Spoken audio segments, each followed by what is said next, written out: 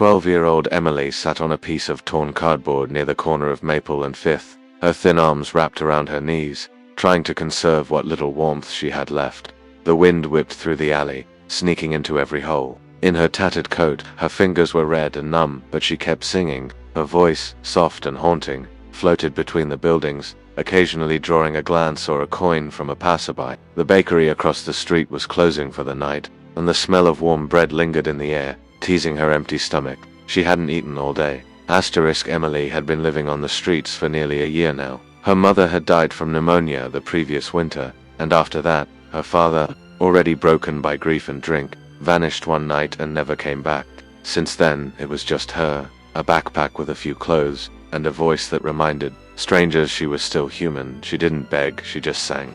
People seemed to respond better when they didn't feel guilty. She was about to curl up for the night, her thin blanket already damp from the cold sidewalk, when she noticed a man across the street. He was walking strangely, stumbling as if his legs couldn't quite remember how to move. He wore an expensive coat and shiny leather shoes, but he looked pale and disoriented. As he neared the edge of the sidewalk, his legs gave out, and he collapsed hard against the pavement, one hand clutching his chest. People paused, looked, then kept walking. A few pulled out phones, took videos, then moved on.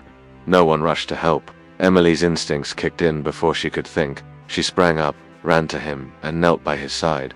His lips were trembling, and his face had gone ghost white. He tried to speak, but only one word came out. Help. Emily didn't have a phone. She didn't even know the man's name, but something in his eyes made her act. Without hesitation, she turned and ran barefoot down the street, ignoring the pain, the cold, and the fear. She didn't stop until she reached the fire station. 2 blocks away, Emily burst through the fire station doors, gasping for breath, her voice hoarse from the cold and panic. The firefighters looked up from their coffee and conversation, startled by the sudden entrance of a barefoot girl in rags. For a moment, they just stared, unsure whether she was lost or in trouble herself. Emily pointed back toward the street, her chest heaving. A man, he fell, he needs help.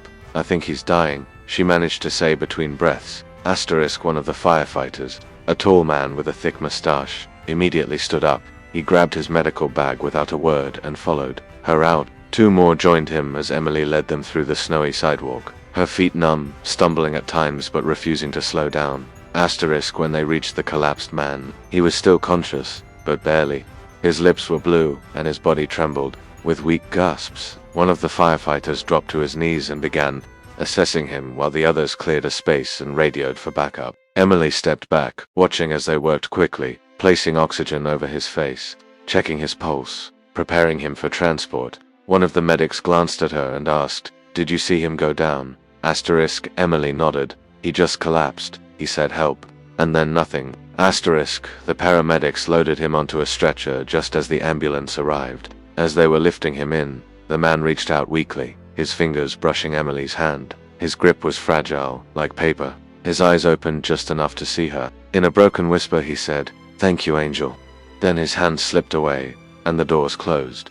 Emily stood frozen in place, snow falling gently around her. For a moment she didn't feel the cold. Her heart was pounding too loud. She had seen people ignore him. She had almost done the same, but something had made her act. Maybe it was the way his eyes looked desperate and lost, the same way her mother's did the night she passed. Maybe she just couldn't watch someone else disappear. As the ambulance drove away with flashing lights, Emily stood in the quiet street, alone again, but something inside her had shifted.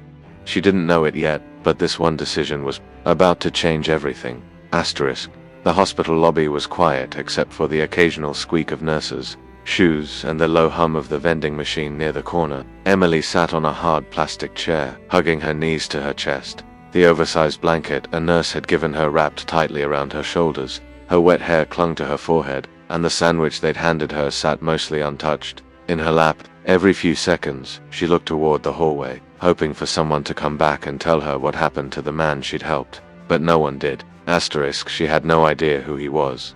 He looked important, expensive even, but none of that had mattered when he collapsed in front of her. All she wanted now was to know he was okay. The nurse who had first brought her the blanket had smiled kindly and told her to wait, that the doctors were doing everything they could. That had been over an hour ago. The waiting was the hardest part. Emily wasn't used to hospitals. The only time she had been in one was the night her mum died, and every moment since stepping inside had been pulling her back to that memory. Asterisk.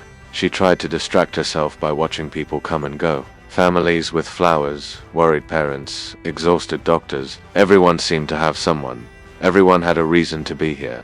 Emily felt invisible, small and forgotten in the sea of movement. Asterisk. Just when she was about to drift off from exhaustion, a woman in scrubs walked up and knelt beside her. Her voice was soft. "Sweetheart, the man you brought in, he's stable now. He had a heart attack, but he's going to make it. The doctors said if you hadn't acted when you did, he might not have survived." Asterisk. Emily blinked. She didn't know what to say. Relief washed over her like warm water, and her shoulders dropped as if someone had lifted a weight from them. The nurse continued. "He asked if you were still here. He wants to see you when he wakes up." Emily nodded slowly, unable to speak through the lump growing in her throat. She hadn't done it for a thank you. She hadn't done it to be noticed. She just couldn't leave someone to die alone. But knowing he was going to live, that was more than enough. Asterisk. The next morning, the nurse returned and gently touched Emily's shoulder. She had fallen asleep sitting up in the chair, wrapped in the same thin blanket. Her eyes fluttered open, and for a moment she forgot where she was. Then it all came back. The man, the ambulance, the hospital. The nurse smiled softly and said, "He's awake now. He's asking for you." Emily hesitated. She wasn't sure why. Maybe it was because she didn't feel like she belonged in that room. She was just a homeless girl in ragged clothes, and he was clearly someone important. But the nurse took her hand and gave it a reassuring squeeze. "Come on, sweetheart. He really wants to see you." Asterisk. They walked down a quiet hallway, the smell of antiseptic lingering in the air. Emily's heart pounded louder with each step. When they reached the room, the nurse pushed open the door slowly and let Emily walk in alone. The man was propped up in bed, an oxygen tube resting beneath his nose, monitors beeping steadily beside him. He looked older now in the daylight, his face tired, but his eyes lit up the moment he saw her. Asterisk. "You came," he whispered, his voice still weak. Emily nodded and stepped closer, unsure of what to say. She stood beside the bed, her hands folded, awkwardly in front of her. He reached out, his fingers trembling slightly, and she placed her small hand in his. He looked at her for a long time before speaking again. Asterisk. "I thought I had everything," he said slowly. "Money, houses, success. But somewhere along the way, I lost what really mattered." His voice cracked, and he paused to catch his breath. "My daughter. She would have been about your age now. I missed every birthday, every moment. I kept saying I'd make time, but I never did." Emily's throat tightened, but she didn't interrupt. "She got sick," he continued, "and I wasn't there. Not when she needed me most. I was too busy chasing things that don't mean anything now." His eyes welled up with tears. "Last night, when I collapsed, I thought I was dying, and then I saw you, and for a moment, I thought you were her." Then he whispered, almost too softly to hear, "I think God sent you so I could say sorry to her, through you." That was when Emily broke. She tried to hold it in, but the pain she had buried deep inside for so long surged to the surface, and she began to cry silently, her shoulders shaking. She wasn't just crying for him, she was crying for her own father, for all the words he never said, for all the nights she waited for someone who never came back. In that quiet hospital room, two broken hearts finally began to heal. Weeks had passed since that cold night, but for Emily, it felt like a lifetime had gone by. Everything had changed. She no longer woke up on a piece of cardboard or counted the coins in her pocket to see if she could afford a meal. Instead, she woke up in a warm bed, wrapped in soft blankets, sunlight peeking through clean windows.